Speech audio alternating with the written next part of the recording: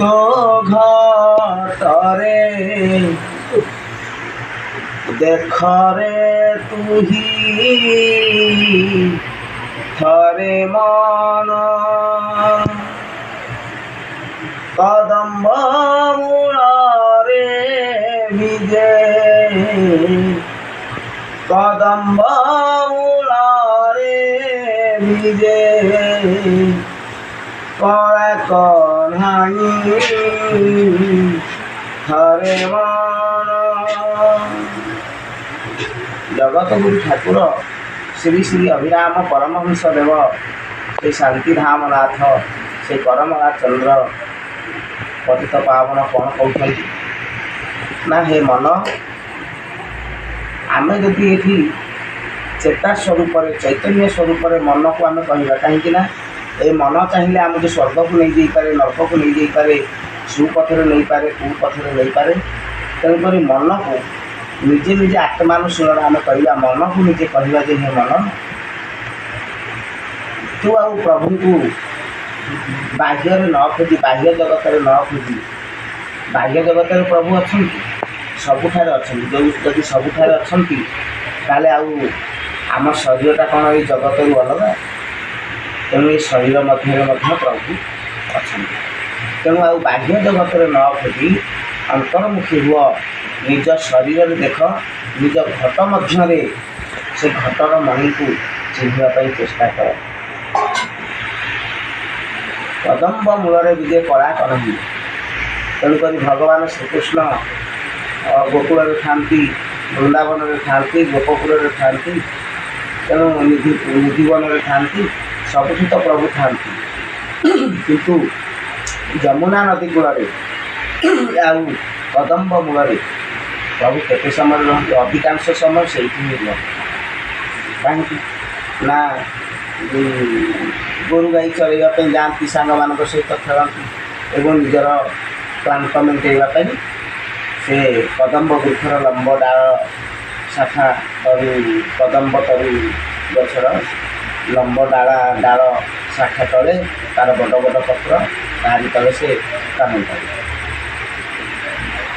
ତ ପ୍ରଭୁ ଯେତେବେଳେ ଥକା ମେଣ୍ଟାନ୍ତି, ସେତେବେଳେ ସୁଲୁସୁଲିଆ ପବନ ବହୁଥାଏ ଏବଂ ସେତେବେଳେ ଯଦି ଆମେ ପ୍ରଭୁଙ୍କୁ ଦର୍ଶନ କରିବା ବା ସେତେବେଳେ ଯଦି ଆମର ନିବେଦନ କରିବା, ତାହେଲେ ପ୍ରଭୁ ଆନନ୍ଦରେ ତାହା ପୂର୍ଣ୍ଣ କରିଥାଏ। ତେଣୁ ଏଠି କଦମ୍ବ ବୃକ୍ଷକୁ ଆମେ ଚିହ୍ନିବାକୁ ପଡ଼ିବ।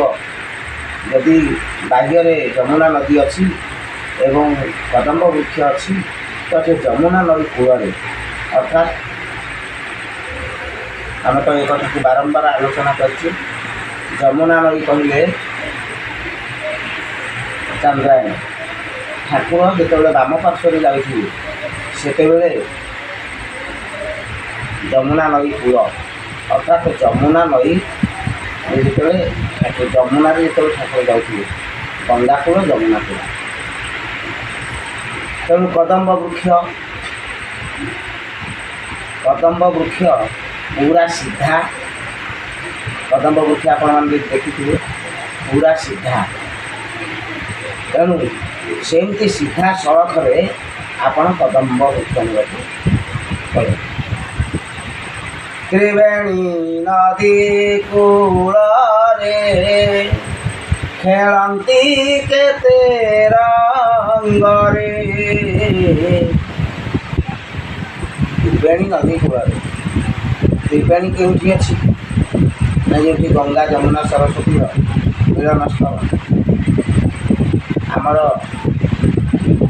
ମହାପୁରୁଷ ଅଚ୍ୟୁତ ମଧ୍ୟ ଯେଉଁ ସ୍ଥାନରେ ଅଛି, ଚିତ୍ରକଳା ନଦୀ ବାଲିକଥା, ସେଠି ମଧ୍ୟ ତାକୁ ମଧ୍ୟ ତ୍ରିବେଣୀ ଧାର, ତା'ର ତିନିଟା ଧାର ସେଠାରେ ବହୁଛି, ବିରୂପା, ଚିତ୍ରକଳା, ଆଉ ଏମିତି ସେଠାରେ ମଧ୍ୟ ହେଉଛି ତ୍ରିବେଣୀ ଧାର। ତେଣୁକରି ତ୍ରିବେଣୀ ନଦୀ କୂଳରେ ଖେଳନ୍ତି କେତେ ରଙ୍ଗରେ। ଚତୁଃପାର୍ଶ୍ୱରେ ସଖୀମାନେ ଅଛନ୍ତି, ଯେଉଁମାନେ ଗୁରୁ ଗ୍ରହଣ କରିଛନ୍ତି ଯେଉଁ ଭାଇମାନେ, ସେମାନେ ନିଶ୍ଚିତ ଭାବରେ ବୁଝିପାରୁଥିବେ। ତ୍ରିବେଣୀ କହିଲେ ଆଖି, ନାକ, ପାଟି।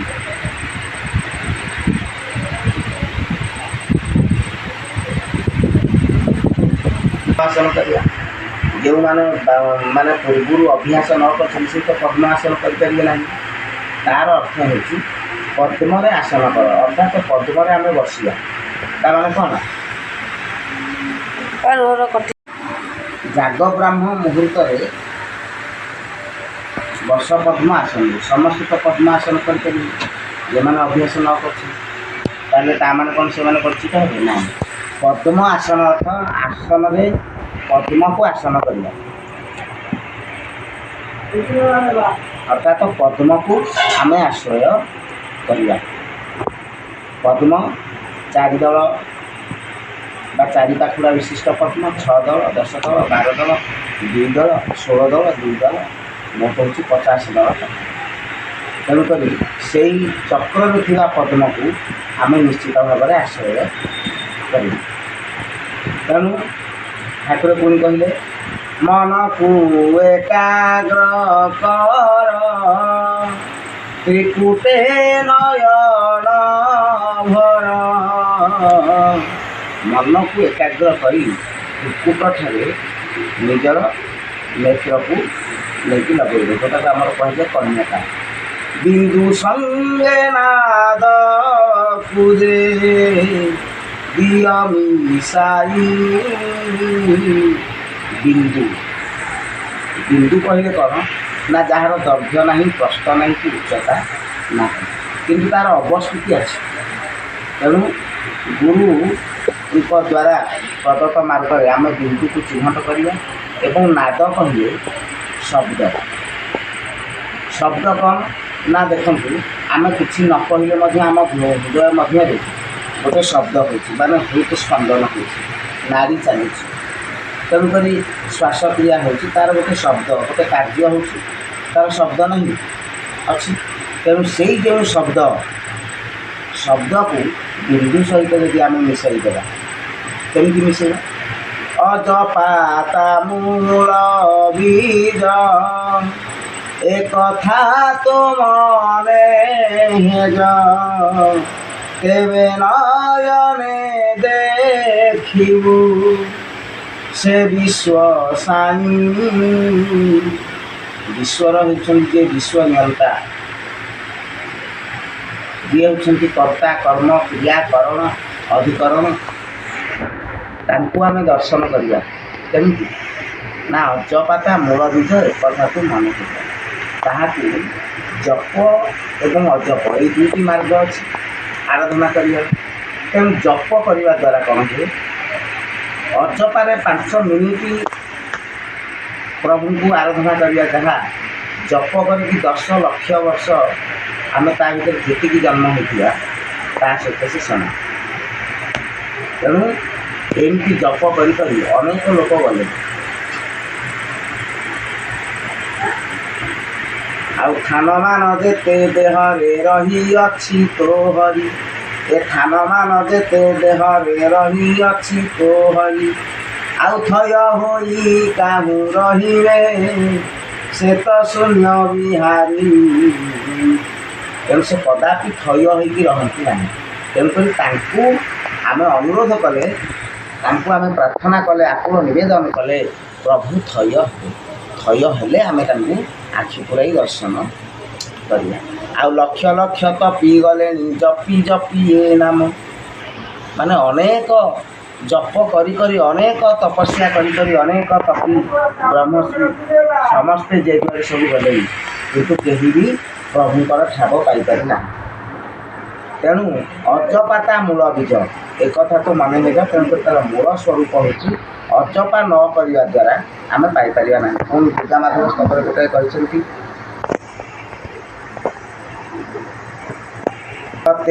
ଯେତେ ମନ୍ତ୍ର ଆବର ଯନ୍ତ୍ର ତନ୍ତ୍ର ଜପାରେ ନ ଦେଖିଲେ ତୋତେ,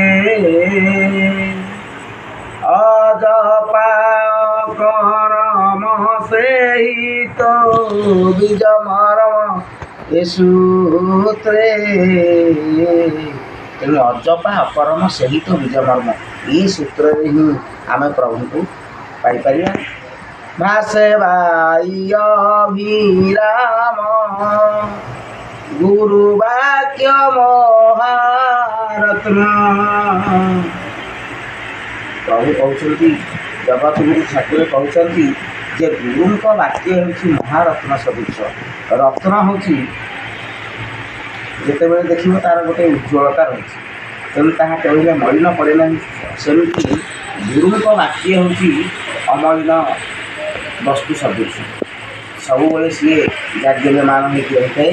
ବିଶ୍ୱାସ କରି ହୃଦୟରେ ଦିଅ ଲମ୍ବାଇ, ତେଣୁକରି ତାକୁ ଆମେ ବିଶ୍ୱାସ କରିକି ତାକୁ ଯଦି ଆମେ ହୃଦୟରେ ମାଳା ସଦୃଶ ଲମ୍ବାଇ ଦେବା, ତାହେଲେ ନିଶ୍ଚିତ ଭାବରେ ବା ତାକୁ ଯଦି ଆପଣେଇବା ଏବଂ ପ୍ରତିଦିନ ଅଳ୍ପ ଅଳ୍ପ ହଉ ପଛେ ଯଦି ଆମେ ଅଭ୍ୟାସ କରିବା, ତାହେଲେ ପ୍ରଭୁ ଆଉ ଆମଠୁ ବେଶୀ ଦୂରରେ ନଥିବେ।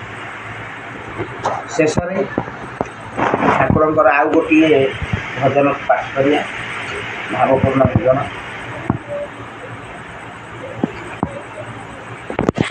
ପଳାଶନୟନ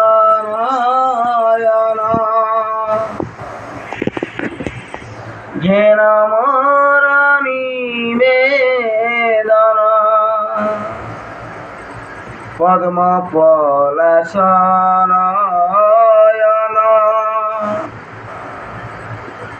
ଘେନ ମୋର ନିବେଦନ, ପଦ୍ମ ପଳାଶନୟନ। ଏ ପଦ୍ମ ପଳାଶ ନୟନ, ପଦ୍ମ ଫୁଲ ପାଖୁରି ଆଉ ପଳାଶ ଫୁଲର ଯେଉଁ ପାଖୁରି ସଦୃଶ ନେତ୍ର ଯାହାଙ୍କର, ତେଣୁ ପଦ୍ମ ଫୁଲ ସଦୃଶ ବା ପଳାଶ ଫୁଲ ସଦୃଶ ଯେଉଁ ପାଖୁଡ଼ା ସଦୃଶ ନେତ୍ର ପ୍ରଭୁଙ୍କର, ଯେଉଁ ପ୍ରଭୁଙ୍କର, ସେହି ପ୍ରଭୁଙ୍କୁ ଭକ୍ତ ଆଜି ଜଣାଉଛି। ପଦ୍ମ ପଳାଶନୟନ ଘେନ ମୋର ନିବେଦନ, ପଦ୍ମ ପଳାଶନୟନ କର ମୋତେ ପରି ପରି ସେବିବି ପଦ ତୁମରି, କର ମୋତେ ପରି ପରି ମୋ ହୃଦ ପଦକ ଧନ, ମୋ ହୃଦ ପଦକ ଧନ ଦିଅ তো পরে শরণ, পদ্ম পলাশনয়ন ঘেন মোর নিবেদন। ଠାକୁର କହୁଛନ୍ତି କର ମୋତେ ପରି ପରି ସେବି ବି ପଦ ତୁମରି। ତେଣୁକରି ମୋତେ ପରି ପରି କରିବାକୁ କ'ଣ ପାଇଁ ଠାକୁର କହିଲେ ନା, ପରା ଆଉ ଅପରା, ପରାରୁ ହେଇଛି ପରି। ତେଣୁ ପରା ଏବଂ ଅପରା ଦୁଇଟି ପ୍ରକୃତି ଅଛନ୍ତି, ପରା ପ୍ରକୃତି ଅପରା ପ୍ରକୃତି। ପରା ପ୍ରକୃତି ହେଉଛି ଯାହାକୁ ଚାହିଁଲେ ମଧ୍ୟ ଆମେ ତାକୁ ଶରୀରରୁ ତ୍ୟାଗ କରିପାରିବା ନାହିଁ, ଆମେ ତାକୁ ତ୍ୟାଗ କଲେ ଆମେ ମରିଯିବା। ଯେମିତି କ୍ଷୁଧା, ତୃଷା, ନିଦ୍ରା ଏସବୁ ହେଉଛି ପରା ପ୍ରକୃତି। ତେଣୁ ବାଧ୍ୟତାମୂଳକ। ତେଣୁ ପ୍ରଭୁ ଆମକୁ ଏମିତି କିଛି କରିଦିଅନ୍ତୁ ବାଧ୍ୟତାମୂଳକ, ଯେମିତିକି ଆମେ ସବୁବେଳେ ପ୍ରଭୁଙ୍କର ପାଦ ପଦ୍ମକୁ ସେବା କରିବା ପାଇଁ ଯୋଗ୍ୟ ହେଲା। ମୋ ହୃଦ ପଦକ ଧନ ଦିଅ ତ ପଦରେ ସ୍ଥାନ। କେତେ ବଡ଼ କଥା ଠାକୁର ମାଗିଛନ୍ତି ପ୍ରଭୁ, ଠାକୁରଙ୍କ ପାଦ ପଦ୍ମରେ ସ୍ଥାନ ମାଗିଛନ୍ତି। ମୋ ହୃଦ ପଦକ ଧନ, ଠାକୁର ହେଉଛନ୍ତି ଆମର ହୃଦୟର ପଦକ। ଆମେ ହୃଦୟରେ ଯଦି କୌଣସି ମୂଲ୍ୟବାନ ଜିନିଷ ଧାରଣ କରୁଛେ, ମାଳାକୁ ରତ୍ନ ସଦୃଶ, ଆମେ ତାକୁ ଯେମିତି ଭୁଲି ପାରୁନେ, ସେମିତି ଯେମିତି ଆମେ ପ୍ରଭୁଙ୍କୁ ଭୁଲି ପାରିବା ନାହିଁ। ଏବଂ ପ୍ରଭୁଙ୍କୁ ଠାକୁର ମଧ୍ୟ କହୁଛନ୍ତି ଯେ, ହେ ଠାକୁର ମୋତେ ଆପଣଙ୍କ ପାଦ ପଦ୍ମରେ ସ୍ଥାନ ଦିଅନ୍ତୁ। କେମିତି ଠାକୁରଙ୍କ ପାଦ ପଦ୍ମରେ ସ୍ଥାନ ପାଇବା ପାଇଁ ଆମକୁ କ'ଣ କରିବାକୁ ପଡ଼ିବ ନା, ଅଜପାରେ ତୋତେ ନେବି ମୋ ହୃଦୟରେ ସ୍ଥାନ ଦେବି, ଅଜପାରେ ତୋତେ ନେବି। ଅଜପା ସୂତ୍ରଟା ଯାହା, ଅଜପାରେ ପ୍ରଭୁଙ୍କୁ ତୋଳିକି ଭକ୍ତ କ'ଣ କରେ ନା ତା ହୃଦୟରେ ରଖେ, ତା ହୃଦୟ ଚକ୍ରରେ ସାଇତି। ତେଣୁ ସେ ତାଙ୍କୁ ସେଇଠି ବିଶ୍ରାମ ଦିଅନ୍ତି।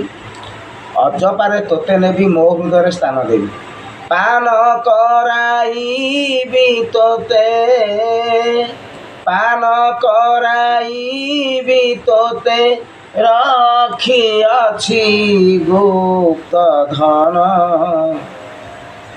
ପଦ୍ମ ପଲାଶନୟନ ଅଜପାରେ ତୋତେ ନେବି ମୋ ହୃଦୟରେ ସ୍ଥାନ ଦେବି। ଠାକୁରଙ୍କୁ ଅଜପାରେ ଆମେ ନେଇକି ହୃଦୟରେ ସ୍ଥାନ ଦେବା। ପାନ କରାଇବି ତୋତେ ରଖିଅଛି ଗୁପ୍ତଧନ। ଏବଂ ପ୍ରଭୁଙ୍କୁ ଗୋଟେ ଗୁପ୍ତଧନ ରହିଛି ଯେଉଁଟାକି ଆମେ ପ୍ରଭୁଙ୍କୁ ପାନ କରିବା। ପ୍ରଭୁଙ୍କୁ ତ ମା ଯଶୋଦା କ୍ଷୀର ଦହି ସର ଲହୁଣୀ ଯେତେ ଯାହା ଦିଅନ୍ତି ପ୍ରଭୁଙ୍କୁ ଭଲ ଲାଗେନି। ସେଥିରେ ପୁଣି ମିଶ୍ରି ଖଣ୍ଡ ପକାଇକି ନେବା ତ ମାନେ ଅମୃତ ତୁଲ୍ୟ ଖାଦ୍ୟ ଦିଅନ୍ତି, ତାଙ୍କୁ ଭଲ ଲାଗେନି। କିନ୍ତୁ ଭକ୍ତର ସେ ଯେଉଁ ଗୁପ୍ତଧନଟା ହେଉଛି କ'ଣ ନା ମକରନ୍ଦ। ମକରନ୍ଦଟା କେଉଁଠି ହୁଏ ନା ପ୍ରଭୁଙ୍କ ପାଦରୁ। ସମସ୍ତେ କହୁଛନ୍ତି ପ୍ରଭୁଙ୍କର କେଉଁ ପାଦରୁ ଝରେ? ପ୍ରକୃତରେ ଯେତେବେଳେ ଯୁଗଳ ହୁଅନ୍ତି, ରାଧାକୃଷ୍ଣ ଯୁଗଳ ହୁଅନ୍ତି, ଅଧରକୁ ଅଧର, କାନକୁ କାନ, ନେତ୍ରକୁ ନେତ୍ର, ପାଦକୁ ପାଦ ଯୁଗଳ ହୁଅନ୍ତି, ଅଧର ଚୁମ୍ବନ, ଅଧର ପାନ କରନ୍ତି। ତେଣୁ ମୁଖ ଚୁମ୍ବନ, ଅଧର ପାନ ଯେଉଁ କରନ୍ତି, ଅଧରରୁ ମକରନ୍ଦ ଖସେ। ବହୁତ ଗୁପ୍ତ କଥା ଇଏ। ତେଣୁ ସେଇଠୁ ଖସିକି ପାଦ ବାଟେ ବୋହିଯାଏ। ତେଣୁ ସେ ହେଉଛି ମକରନ୍ଦର ସ୍ଥାନ। ତେଣୁ ସେଇ ମକରନ୍ଦକୁ ଭକ୍ତ କେବଳ ପ୍ରଭୁଙ୍କୁ ପାନ କରାଇପାରେ। ପ୍ରଭୁଙ୍କ ଠାରୁ ମକରନ୍ଦ ଝରେ, କିନ୍ତୁ ସେ ତାଙ୍କୁ ପାନ କରି ନ ପାରି ଭ୍ରମର ସଦୃଶ ବାହାରେ ବାହାରେ ବୁଲିଛନ୍ତି। କିନ୍ତୁ ଭକ୍ତ କ'ଣ କରେ? ସେ ଭ୍ରମରକୁ ପଦ୍ମ ଫୁଲ ଉପରକୁ ଆଣିକି ସେ କେଶର ଉପରେ ବସେଇକି ତାକୁ ଚୁମ୍ବନ କରିବା ପାଇଁ ସୁଯୋଗ ଦିଏ। ତେଣୁ ପ୍ରଭୁଙ୍କୁ କେବଳ ଭକ୍ତ ହିଁ ମକରନ୍ଦ ପାନ କରାଇପାରେ। ପାଞ୍ଚଟି ରସରେ କେମିତି ନା ଶାନ୍ତ ଦାସ୍ୟ ବାତ୍ସଲ୍ୟରେ ସଖ୍ୟ ମଧୁର ରସରେ। ଶାନ୍ତ ଦାସ୍ୟ ବାତ୍ସଲ୍ୟ ସଖ୍ୟ ମଧୁର, ଦୁଇଟି ରସରେ ତୋର ମୁଖେ ଦେବି ମୁଁ ଚୁମ୍ବନ। ଏ ପାଞ୍ଚଟି ରସରେ ସଂସାର ଚାଲିଛି, କିନ୍ତୁ ଦୁଇଟି ରସ ହେଉଛି କ'ଣ? ଆମେ ଦୁଇଟି ରସରେ ପ୍ରଭୁଙ୍କ ମୁଖରେ ଚୁମ୍ବନ ଦେଇପାରିବା। ଗୋଟେ ହେଉଛି ବାତ୍ସଲ୍ୟ ରସ, ପ୍ରଭୁଙ୍କୁ ନିଜର ପୁତ୍ର ସନ୍ତାନ ବୋଲି ମନେ କରି, ଏବଂ ଆଉ ଗୋଟେ ହେଉଛି ମଧୁର ରସ, ପ୍ରଭୁଙ୍କୁ ଆମେ ସ୍ୱାମୀ ବୋଲି, ନିଜର ପତି ବୋଲି ମନେ କରିକି ଆମେ ତାକୁ ଚୁମ୍ବନ ଦେଇପାରିବା। ତେଣୁକରି କେବଳ ମଧୁର ରସରେ ହିଁ ମକରନ୍ଦ ଝରିଥାଏ। ତେଣୁ ପ୍ରଭୁଙ୍କୁ ଯିଏ ନିଜର ପତି ବୋଲି ମନେ କରିଛି ଏବଂ ସେ ତାଙ୍କୁ ଯେତେବେଳେ ଚୁମ୍ବନ ଦେଇଛି, ଏଇ ପାଟିରେ ଦିଆହେବନି, ପ୍ରଭୁଙ୍କ ଜିଭରେ ଜିଭଟା ଲାଗିବ। ଜିଭାରେ ଜିଭା ଲାଗିଲେ ସେ ଯେଉଁ ଚୁମ୍ବନ ଦିଆଯିବା ଦ୍ୱାରା ଅଧରରୁ ଖସିବ ଅମୃତ, ଖସିକି ଶରୀର ଯାକ ପୁରା ଆପ୍ୟାୟିତ ହୋଇକି ପୁରା ପାଦ ବାଟେ ସେ ବୁଲିବ। ଠାକୁରଙ୍କର ପାଦ ଯେଉଁଠି, ସେଇ ପାଦ ବାଟେ ବୁଲିବ। ତାକୁ ସିଧାସଳଖ ପ୍ରଭୁ ପାନ କରିବ। ମକରନ୍ଦ ପାନର ଇଏ ହେଉଛି ସୂତ୍ର। ମାନ ନ କର ମୋ ଧନ ସର୍ବଦା ମୁଁ କିଣା ଜନ। ମାନ ନ କର ମୋ ଧନ ଯନ୍ତ୍ରୀ ନ ବଜାଇଲେ କି ହେବ ନାମ ସଂକୀର୍ତ୍ତନ। କୀର୍ତ୍ତନ ଆଉ ସଂକୀର୍ତ୍ତନ। କୀର୍ତ୍ତନ କହିଲେ ନିଜେ ନିଜେ ପ୍ରଭୁଙ୍କ ନାମକୁ ଉଚ୍ଚାରଣ କରେ। ସଂକୀର୍ତ୍ତନ କହିଲେ କୀର୍ତ୍ତି ଧାତୁ ଅର୍ଥ କହିବା। ମା ରାଧାରାଣୀଙ୍କ ମାଆଙ୍କ ନାଁ ହେଉଛି କୀର୍ତ୍ତଦା, ମାନେ କ'ଣ? କୀର୍ତ୍ତି ଯିଏ ପ୍ରଦାନ କରନ୍ତି। କୀର୍ତ୍ତି ଅର୍ଥ କହିବା। କୀର୍ତ୍ତପେ, କୀର୍ତ୍ତପି ତାର ଅର୍ଥ କହୁଛି। ତେଣୁ ଏଠି କ'ଣ ହେଇଛି ନା ସଂକୀର୍ତ୍ତନ ହେବ, ନାମ ସଂକୀର୍ତ୍ତନ ହେବ। ନାମ ତ ଆମେ ଯେଉଁମାନେ ନାମ କ'ଣ ଆଗ ଜାଣିନାହାନ୍ତି, ସେମାନଙ୍କ ପ୍ରାଥମିକ ଅବସ୍ଥା ସେମାନଙ୍କୁ ବହୁତ କହିବାକୁ ପଡ଼ିବ, ବୁଝେଇବାକୁ ପଡ଼ିବ, ବା ସେମାନେ ଗୁରୁଙ୍କ ଠାରୁ ଉପଦେଶ ନେଲାବେଳେ ନାମ କ'ଣ ସେମାନେ ଆଗ ପ୍ରଥମେ ବୁଝିବେ। ତେଣୁ ନାମର କେମିତି ସଂକୀର୍ତ୍ତନ ହେବ? ସଂକୀର୍ତ୍ତନ କହିଲେ ଆମେ 5 ଜଣ ମିଶିକି, ଆମ ଶରୀରରେ ଆମେ 100 ଜଣ ଅଛୁ। 5 ମନ 25 ପ୍ରକୃତି 100 ଉପପ୍ରକୃତି। କେତେ ଜଣ ହେଲେ? 125 ଜଣ। ତାପରେ ଚତୁର୍ଦଶ ଇନ୍ଦ୍ରିୟ ରହିଲେ, 125 14 ମିଶା କେତେ? 139 ଜଣ ରହିଲେ। ପରା ପ୍ରକୃତି ଅପରା ପ୍ରକୃତି ଗୁଣ ଦୋଷ ମିଶିକି ହେଉଛି 24। ମିଶାନ୍ତୁ କେତେ ଜଣ ଆମ ଶରୀରରେ ଅଛନ୍ତି। ତେଣୁ ଇଏ ସମସ୍ତେ सर्वे होइबे एकमुख ए समस्ते गोटे स्वर में प्रभु को आराधना करेंगे। तेणु जंत्री न बजाइले कि हो पारे ये नाम संकीर्तन हो पार।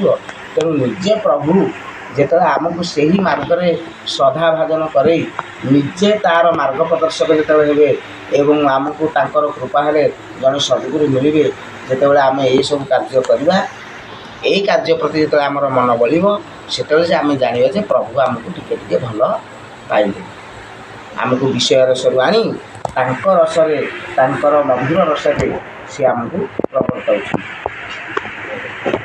तोहर मोर स्नेहटी संसारे दिशिव फुटी तोहर मोर स्नेहटी केबे भृत्या जाहेब के कि पुछक मंडन परम पलाशनयन भक्त ये अत्याधिक प्रेमवशतः प्रभु को तू ता करे किसी असुविधा नहीं। तेणु तोहर मोर स्नेहटी तू आउ आउ तू तुम्हें आउ मोर तुम्हें मोर मु तुमर आहे मोर स्वामी। तेणु तुम्हें एवं मो आम भितर जो स्नेह संबंध रही ये जो प्रेमर भाव रही मु प्रभु को जो कबाट झरका दे गोटे घरे निश्चल भाव में ध्यान कर माने मु प्रभु को भल पाई प्रभु मु भल पाइबार किसी नहीं मु 100 वर्ष जाके भल पाइले किसी नहीं 1000 वर्ष पर्यंत प्रभु को भल पाइबार किसी नहीं। प्रभु तार प्रतिदान टिके जदि भल पाती गोटे क्षण भल पाती ताले से संसार दिवी दिवी हो जे अमुक लोक प्रभुकर जड़े एक नंबर भक्त से कथा न चाहिए जे प्रभु मु आपणकर भक्त बोली आपण कौटे लिपिबद्ध करती कौटे का आगे कहते बोली किंतु प्रभु जदि गोटे क्षण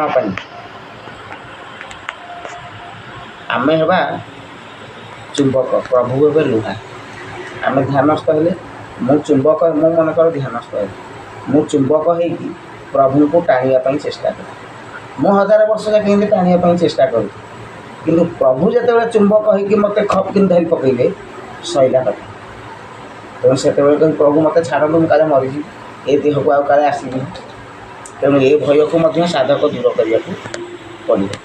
तेणु मु 1000 वर्ष जाके प्रभु को भल पाइबार किसी ना प्रभु मत गोटे सेकेंड भल पाइबा गोटे सेकेंड ठार जब समय आगु जदि किसी कम निर्घंट थाए ताले सेतिकी टिके दंडे हो निमिषे हो जदि प्रभु आमको भल पाइले सेतिकी ही यथेष्ट। तेणु भक्त कहूँ प्रभु तोर मोर ये भल पाइबा ता संसार चह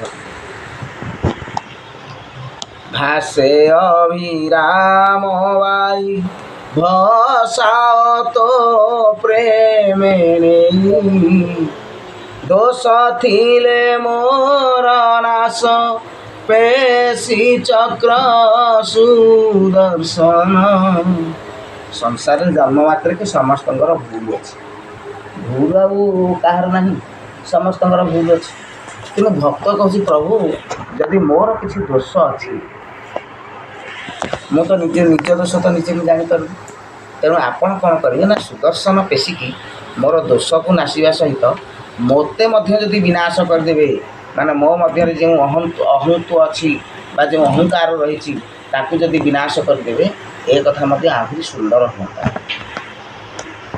केमिति सुदर्शन पेशिबे सुदर्शन कहले बुद्धि बुद्धि सुदर्शन प्रभु जो सर्वे लीला करेंगे से आमर जो बुद्धि अच्छी आम विभिन्न कार्य लगे किंतु प्रभु कौन करेंगे बुद्धि को लगे आम निजर दोष दुर्बलता सब काटि तेणु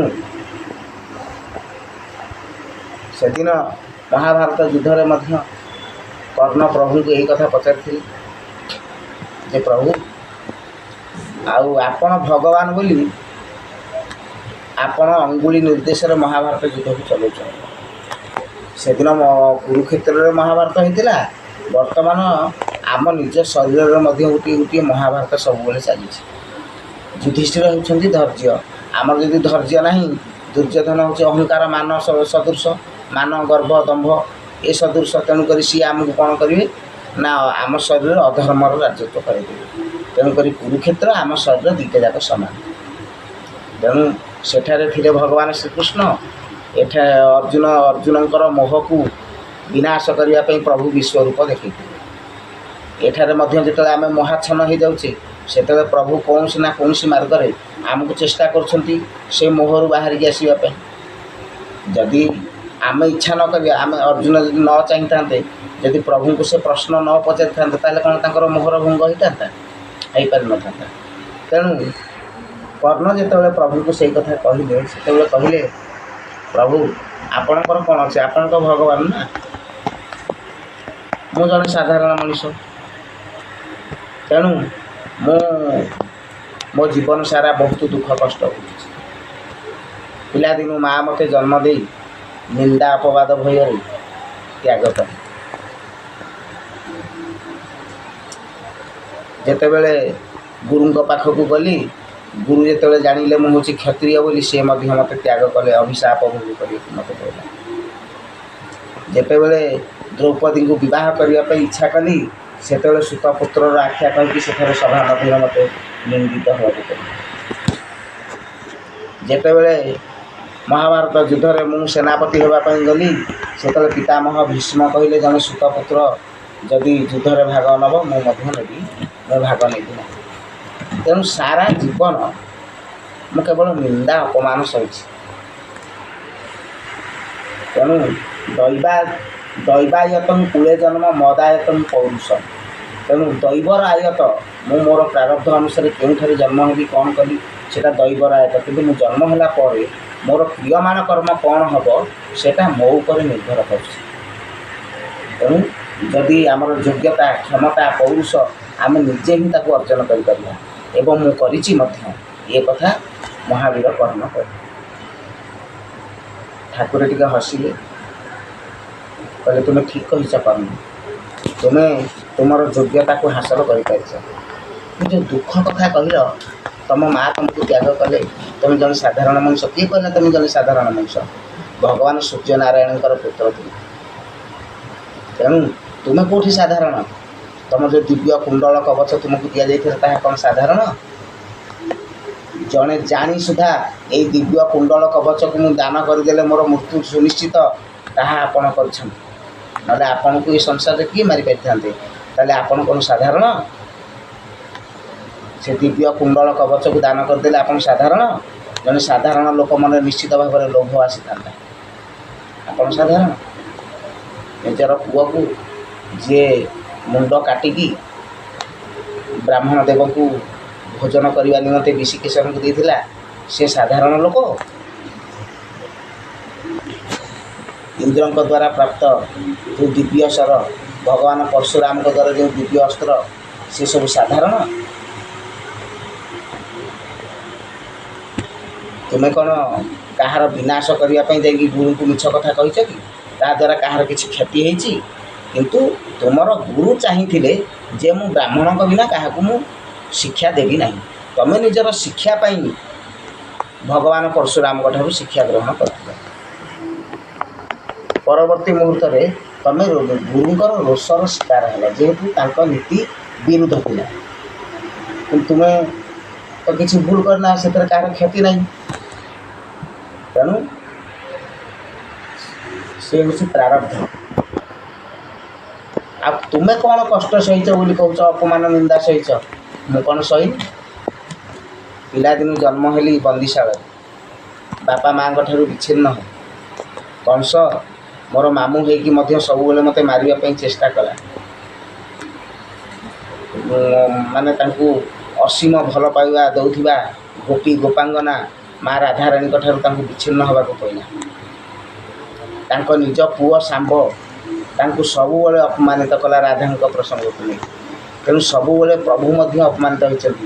ତାଙ୍କ ସମାଜରେ ମଧ୍ୟ କେହି ପ୍ରଭୁଙ୍କୁ ଭଗବାନ ବୋଲି ମାନିବାକୁ ଅସ୍ୱୀକାର କରନ୍ତି। ମାନେ ତାଙ୍କ ବିରାତିର ଯେତେ ସବୁ ବନ୍ଧୁବାନ୍ଧବ, ଦୁର୍ଯ୍ୟୋଧନ ଇତ୍ୟାଦି, ଶିଶୁପାଳ ଇତ୍ୟାଦି, ଏମାନେ କେହି ମଧ୍ୟ ତାଙ୍କୁ ଭଗବାନ ବୋଲି ଅସ୍ୱୀକାର କରନ୍ତି। ତାଙ୍କଠାରେ ଦେବତ୍ୱ ଅଛି ବୋଲି ସମସ୍ତେ ଛଳ କପଟି କହନ୍ତି। ସେତେବେଳେ ତୁମେ ବଡ଼ ଦୁଃଖୀ ନା ମୁଁ ଦୁଃଖୀ? ମୋତେ କହୁଛ ଭଗବାନ ବୋଲି ପରା, ମୁଁ ଭଗବାନ ହେଇକି ମଧ୍ୟ ଏତେ ଦୁଃଖ କଷ୍ଟ ସହିଛି, ତମେ ସାଧାରଣ। ଆଉ ଯେ ପର୍ଯ୍ୟନ୍ତ ସୁନାଟା ଅଗ୍ନିରେ ନ ପଡ଼ୁଛି ତା'ର ଉଜ୍ଜ୍ୱଳତା ପ୍ରକାଶ ପାଏ ନାହିଁ। ତେଣୁ ପ୍ରଭୁ ତାଙ୍କର ଭକ୍ତକୁ, ସାଧାରଣ ଲୋକଙ୍କୁ ତ ଯାହା ପ୍ରଭୁ ତାଙ୍କର ଭକ୍ତକୁ ପୁରା ଭଲରେ ଅଗ୍ନିରେ ପକାଇକି ପୋଡ଼ିକି, ତାଙ୍କ ଭିତରୁ ଖାତକୁ ପୋଡ଼ିକି ପୁରା ପିଓର ସୁନାଟାକୁ ପୁରା 24 କ୍ୟାରେଟ୍ ସୁନା କରିକି ବିସ୍କୁଟ୍ କରିକି ତାଙ୍କ ଭକ୍ତକୁ ସେ ରଖିଲେ। ସବୁ ଦୁଃଖ କଷ୍ଟ ସବୁ ତାଙ୍କରି ଭାଗ୍ୟରେ ଥିଲେ। ତେଣୁକରି ହେ କର୍ଣ୍ଣ, ତୁମେ ଯେତେ ସବୁ ପଦକ୍ଷେପ ନେଇଛ, ଦୁର୍ଯ୍ୟୋଧନର ପକ୍ଷ ନେଲ, ସେତେବେଳେ ଆଉ କ'ଣ କରିଥାନ୍ତି ପ୍ରଭୁ? ଯେତେବେଳେ ସମସ୍ତେ ସଂସାର ଯେତେବେଳେ ମୋତେ ଛାଡ଼ିଦେଲା, ସେତେବେଳେ ସେ ହିଁ ଜଣେ ମୋ ମନକୁ ବୁଝିପାରିଲା। ତେଣୁକରି ମୁଁ ତା'ର ପକ୍ଷ ନେବି। ସେ କହିଲେ ଠିକ୍ ଅଛି, ତୁମେ ତା'ର ପକ୍ଷ ନେବାଟା ଠିକ୍, ବନ୍ଧୁ ହିସାବରେ ତୁମେ ତାକୁ ସାହାଯ୍ୟ କରିପାରିଥାନ୍ତ, କିନ୍ତୁ ସିଏ ଯେତେବେଳେ ଅନ୍ୟାୟ ପଥରେ ଯାଉଛି, ତୁମେ ସେତେବେଳେ ତାକୁ ବାରଣ କରିଥାନ୍ତ। ବନ୍ଧୁ ହିସାବରେ ବାରଣ କରି ତାକୁ ସେତେବେଳେ ତୁମ ବାଟକୁ ଆଣିପାରିଥାନ୍ତ, ତୁମର ସେ କ୍ଷମତା ଥିଲା। କିନ୍ତୁ ତୁମେ ବନ୍ଧୁ ମୋହରେ ପଡ଼ି ତାକୁ ତ ଅଧର୍ମ ମାର୍ଗରେ ଯିବାକୁ ଦେଲ, ପୁଣି ତା ସହିତ ମଧ୍ୟ ରହିଲ। ତେଣୁ ପ୍ରଭୁ ଏସବୁ ତାଙ୍କୁ ବୁଝେଇ ଦେଇଥିଲେ। ପ୍ରକୃତରେ ମହାବୀର କର୍ଣ୍ଣଙ୍କର ଟିକିଏ ସାମାନ୍ୟ ଭୁଲ ପାଇଁ ତାଙ୍କର ମୃତ୍ୟୁ ଘଟିଛି। କିନ୍ତୁ ସିଏ ବହୁତ ଉଚ୍ଚ କୋଟିର ଯୋଦ୍ଧା ଥିଲେ। ତାଙ୍କର ଯଦି ତାତ୍ତ୍ୱିକପୂର୍ଣ୍ଣ ଭିତରେ ଆମେ ବିଚାର କରିବା, ମନେକର ଦେଖନ୍ତୁ, 2ଟା ଗଛ ମୁଁ ଲଗାଇଲି, 2ଟା ବାଇଗଣ ଗଛ ଲଗାଇଲି। ଗୋଟେ ବାଇଗଣ ଗଛକୁ ସାର ଔଷଧ ଖତ ସବୁ ଦେଲି, ତା'ର ଯତ୍ନ ନେଲି, କେମିତି ସୂର୍ଯ୍ୟକିରଣ ଠିକ୍ରେ ସେ ପାଇବ ସେଥିପାଇଁ ଚେଷ୍ଟା କଲି। ଆଉ ଗୋଟେ ବାଇଗଣ ଗଛ ତା ପାଖରେ ଲଗେଇଛି, ତାକୁ ଆଢ଼ୁଆଳରେ ରଖିଲି, ସବୁବେଳେ ଛାଇରେ ରଖିଲି, ସାର ଖତ ଔଷଧ କିଛି ଦେଲି ନାହିଁ। ତେଣୁ ଏଥିରେ ଭଲ ବାଇଗଣ ହେଲା ବେଳକୁ ସେଥିରେ ବହୁତ କଷ୍ଟରେ, ଯେତିକି ବି ଯେଉଁ ଗୋଟିଏ ବି 2ଟି ବାଇଗଣ ହେବ, ତାହା ନିଶ୍ଚିତ ଭାବରେ ବହୁତ ସ୍ୱାଦଯୁକ୍ତ, କାହିଁକିନା ସେ ସଂଘର୍ଷ କରି ମାଟିରୁ ତା'ର ସାରାଂଶଟାକୁ ଟାଣିଛି। ତେଣୁ ସିଏ ଶକ୍ତିଶାଳୀ ନା ଏଇ ବାଇଗଣ ଗଛ ଯାହାକୁ ଆମେ ସାର ଔଷଧ ସବୁ ଯୋଗେଇଲେ। ପିଲାଦିନ ଅର୍ଜୁନକୁ ସ୍ନେହ ଶ୍ରଦ୍ଧା ସବୁ ମିଳିଛି, ତାଙ୍କର ନ୍ୟାଯ୍ୟ ଅଧିକାରଟା ମିଳିନଥିଲା ଯାହାକି ତାଙ୍କୁ ପ୍ରଭୁ ଦେଲେ। କିନ୍ତୁ କର୍ଣ୍ଣ ସେଇ କୁନ୍ତୀଙ୍କ ପୁତ୍ର ହେଲେ ମଧ୍ୟ ଶ୍ରେଷ୍ଠ ପାଣ୍ଡବ, ଜ୍ୟେଷ୍ଠ ପାଣ୍ଡବ, ପ୍ରଥମ କନ୍ତେୟ ହେଲେ ମଧ୍ୟ ସେ ସବୁଥିରୁ ବଞ୍ଚିତ ହେଲେ, ସାରା ଜୀବନ କଷ୍ଟ ପାଇଲେ। ତେଣୁ ସେ ହେଉଛି ଅଦୃଷ୍ଟ, ସେ ହେଉଛି ପ୍ରାରବ୍ଧ। ତେଣୁ ପ୍ରାରବ୍ଧକୁ ଭ୍ରୂକ୍ଷେପ ନ କରି ଆମେ ଆମର ନିଜ ନିଜ କର୍ତ୍ତବ୍ୟରେ ଅଗ୍ରସର ହେବା ଉଚିତ। ଜୟ ଜଗନ୍ନାଥ।